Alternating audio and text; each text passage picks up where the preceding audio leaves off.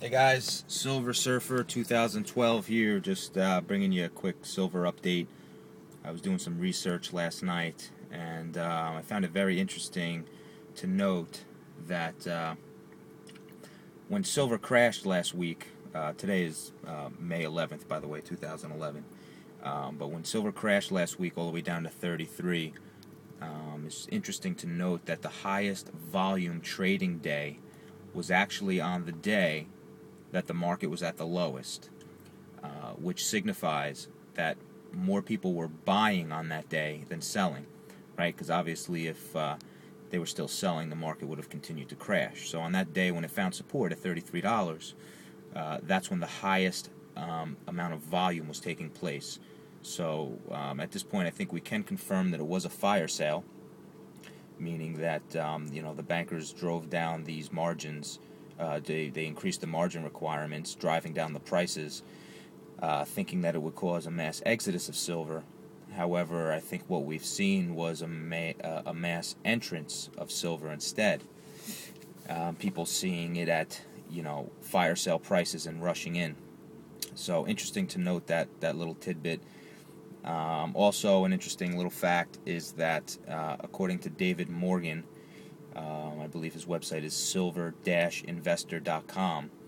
The COMEX has only about 33 million to 50 million ounces available of physical silver.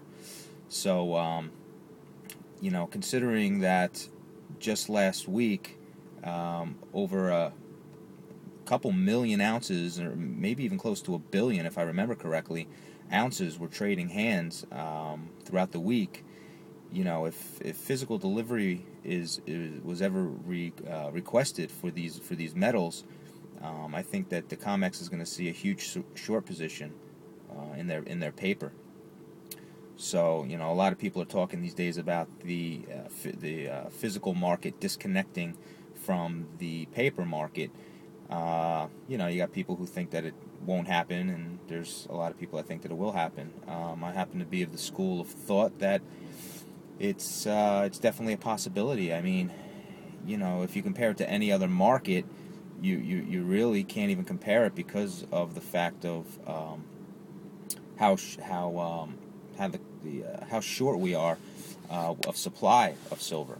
And that would be the one driving factor, I would think, that would separate us from the paper market and expose all the manipulation of the fractional reserve banking type of practices that they're using on silver. So I'm still very bullish with silver long term.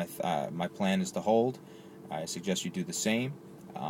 Pass the word on. As many people that can acquire physical silver, it's only going to cause more people in more of a shortage in the market, which is going to only expose more of the manipulation more and more.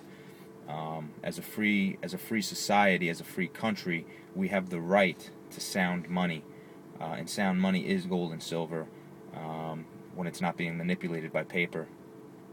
So if we can get back into that school of thought and that type of mind frame, then maybe one day we can break away from the Federal Reserve System and once again return to a sound money system that's for the people, that we can depend on as we get older, we can retire on, and we could pass on to future generations without worrying about ridiculous runaway inflation and